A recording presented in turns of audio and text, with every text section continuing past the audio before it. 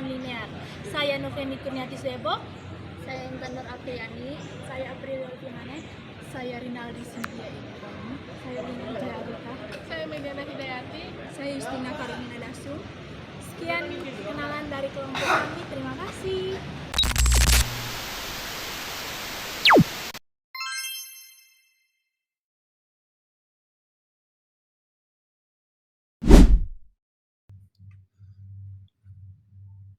Mari kita simak apa itu fungsi nonlinear.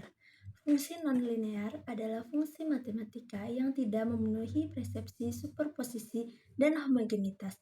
Dalam konteks ekonomi, fungsi nonlinear menggambarkan hubungan antara variabel yang tidak bersifat proporsional atau linear.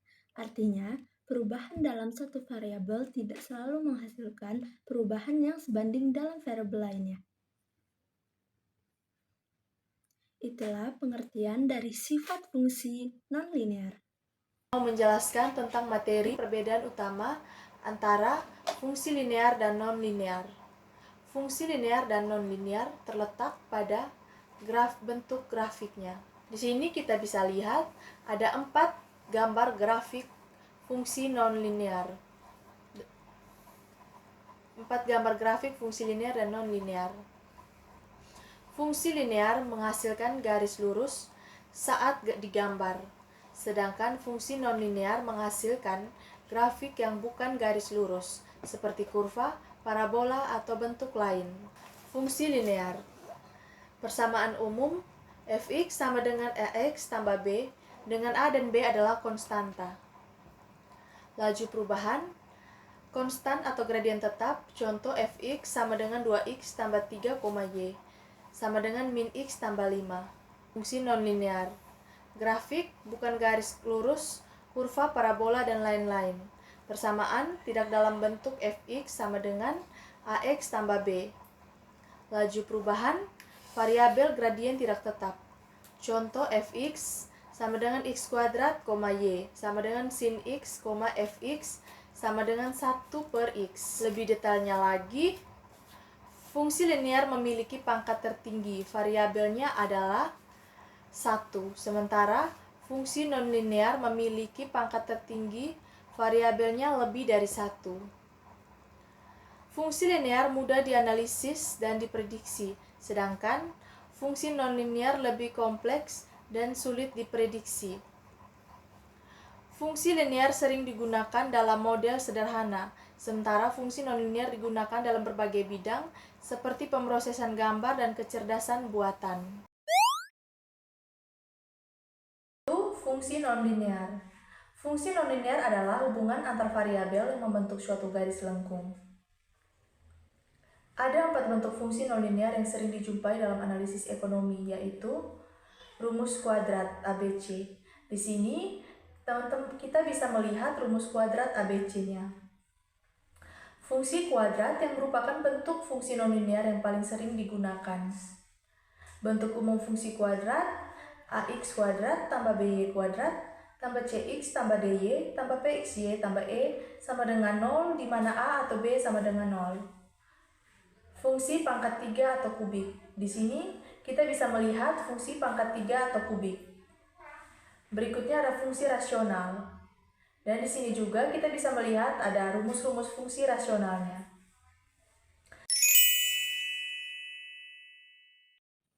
Mari kita simak fungsi nonlinear. Fungsi nonlinear memiliki sejumlah sifat khas yang membedakannya dari fungsi linear. Berikut adalah uraian sifat-sifat utama fungsi nonlinear. Yang pertama, tidak memenuhi prinsip superposisi. Yang kedua, hubungan input dan output tidak proporsional. Yang ketiga, grafik berbentuk kurva. Yang keempat, memiliki titik ekstrim. Yang kelima, dapat memiliki titik belok. Yang keenam, sulit diselesaikan secara eksakt. Yang ketujuh, respons terhadap perubahan parameter lebih kompleks. Itulah sifat-sifat fungsi nonlinear. Oke, baik. Di sini saya akan menjelaskan mengenai fungsi kuadrat dalam biaya produksi. Fungsi kuadrat dalam biaya produksi sering digunakan untuk menggambarkan hubungan antara jumlah produksi atau KIK dengan total biaya atau CEC atau total pendapatan atau RR. Dalam konteks ini, fungsi kuadratik dapat mewakili situasi di mana biaya atau pendapatan tidak berubah secara linear, tetapi memiliki komponen tetap dan variabel yang memperhitungkan faktor-faktor seperti diskon volume, efisiensi produksi, atau biaya marginal yang meningkat atau berkurang. Yang berikutnya, fungsi biaya kuadratik yaitu C kali Q kali C kali Q, yaitu bentuk umumnya, di mana C kali Q sama dengan A Q2 tambah B Q tambah C kali Q sama dengan A Q2 tambah B Q tambah C, yaitu di mana Q-nya yaitu jumlah output yang diproduksi. BC adalah konstanta yang menentukan bentuk kurva biaya. CC atau biaya tetap atau fixed cost yaitu biaya yang tidak bergantung pada QQ kali BQ kali BQ, di mana biaya variabel linear atau misalnya biaya bahan baku per unit. AQ2 yaitu biaya variabel kuadratik menggambarkan efek seperti diminishing returns, yaitu jika A lebih besar 0A lebih besar 0, atau economy of scale yaitu jika A lebih kecil 0A atau lebih kecil 0.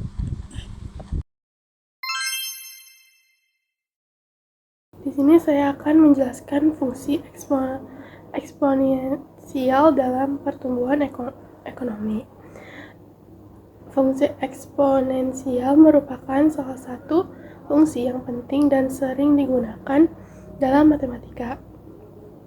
Dalam kehidupan sehari-hari, fungsi eksponensial sangatlah bermanfaat lebih dari segi ekonomi, medis, dan banyak hal lainnya. Sebagai contoh, dalam ekonomi, fungsi tersebut digunakan dalam hal perbankan, khususnya dalam menghitung suku bunga bank. Fungsi eksponensial digunakan untuk menggambarkan banyak aplikasi seperti pertumbuhan populasi dan nilai investasi dari waktu ke waktu. Umumnya, uang yang kita simpan di bank mendapatkan bunga, dan bank biasanya menerapkan bunga majemuk. Bunga majemuk dirumuskan dengan MN sama dengan MO dalam kurung 1 plus B dalam tutup kurung N, di mana MN adalah jumlah uang setelah periode EKN. MO adalah jumlah uang yang diserahkan di awal, dan N menyatakan periode.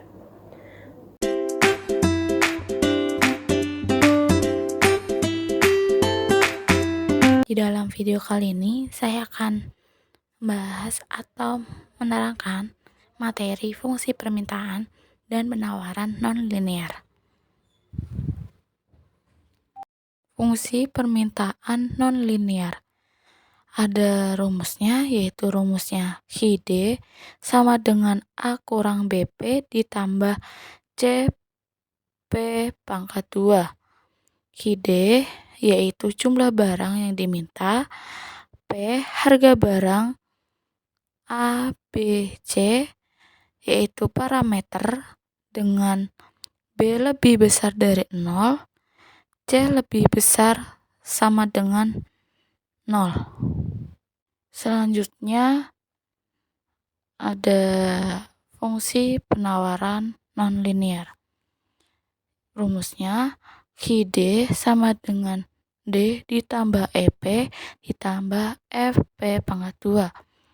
QS ada yaitu jumlah barang yang ditawarkan, P harga barang, DEF yaitu parameter dengan E lebih besar 0, F lebih besar sama dengan 0. Titik keseimbangan pasar tanpa subsidi. Titik keseimbangan pasar terjadi saat jumlah barang yang diminta sama dengan jumlah barang yang ditawarkan, yaitu QD sama dengan QS. Oke, baik. Di sini saya akan menjelaskan tentang fungsi logaritma dalam analisis risiko. Fungsi logaritma atau log sering digunakan dalam analisis risiko untuk memodelkan hubungan nonlinear atau variabel-variabel ekonomi, keuangan, atau operasional. Logaritma membantu mengubah skala data, mengurangi weakness atau kewencengan, dan mempermudah interpretasi present perubahan. Yang terakhir, transformasi data untuk distribusi normal. Banyak variabel keuangan seperti harga saham, return investasi, atau klaim asuransi tidak distribusikan secara normal atau melainkan right-weighted ekor panjang di kanan, mengurangi di mana fungsi logaritma membantu menstabilkan varians, mengurangi heteroskedatis atau variabilitas yang tidak konsisten, membuat data lebih simetris. Distribusi log normal sering lebih mudah dianalisis. Contohnya, jika X mengikuti distribusi log normal, maka INX didistribusikan normal. Ini memudahkan perhitungan statistik seperti value at rate. Fungsi nonlinear, di mana model ekonomi yang menggunakan fungsi nonlinear. Apa itu fungsi permintaan dan penawaran dalam ekonomi nonlinear? Mari kita bahas. Fungsi permintaan dan penawaran dalam teori ekonomi. Fungsi permintaan dan penawaran sering dimodelkan dengan menggunakan fungsi nonlinear. Ini membantu dalam memahami bagaimana perubahan harga atau faktor-faktor lain mempengaruhi jumlah barang atau jasa yang diminta atau yang ditawarkan. Nilai tukar ketika menganalisis pasar valuta asing atau perdagangan internasional. Fungsi nonlinear dapat digunakan untuk memodelkan perilaku nilai tukar mata uang yang kompleks. Struktur biaya. Fungsi nonlinear juga digunakan dalam menganalisis struktur biaya produksi.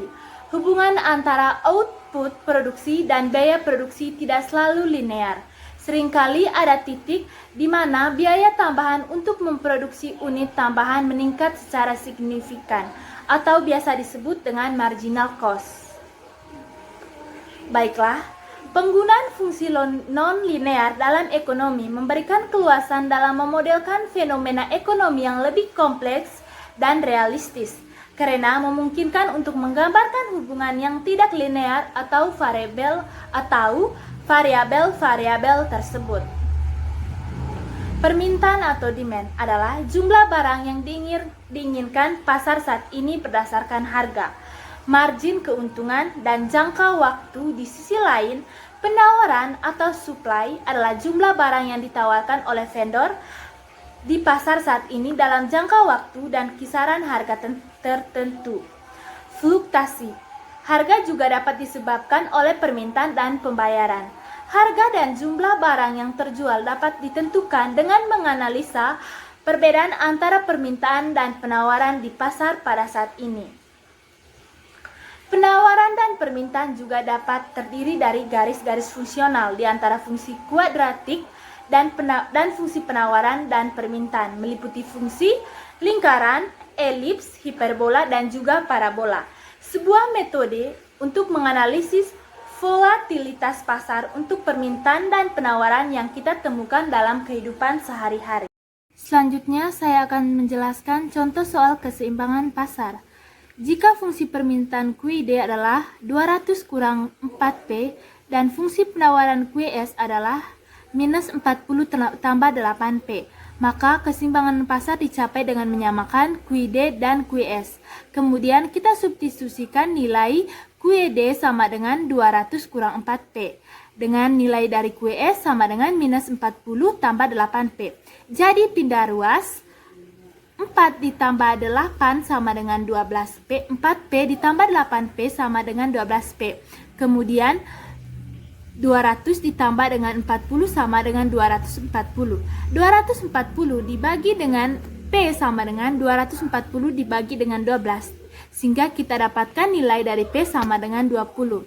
Selanjutnya, dengan memasukkan nilai P sama dengan 20 ke salah satu fungsi QD atau QS, kita bisa mendapatkan jumlah keseimbangan QD sama dengan 200 kurang 2 kali 20, sehingga kita dapat hasilnya 160. Kemudian itu merupakan nilai dari QD sama dengan 120. Jadi, harga keseimbangannya adalah 20 dan jumlah barang yang diperlukan di pasar adalah 120 unit. Analisis sensitivitas dan elastisitas adalah dua konsep yang penting dalam berbagai bidang, terutama ekonomi dan manajemen.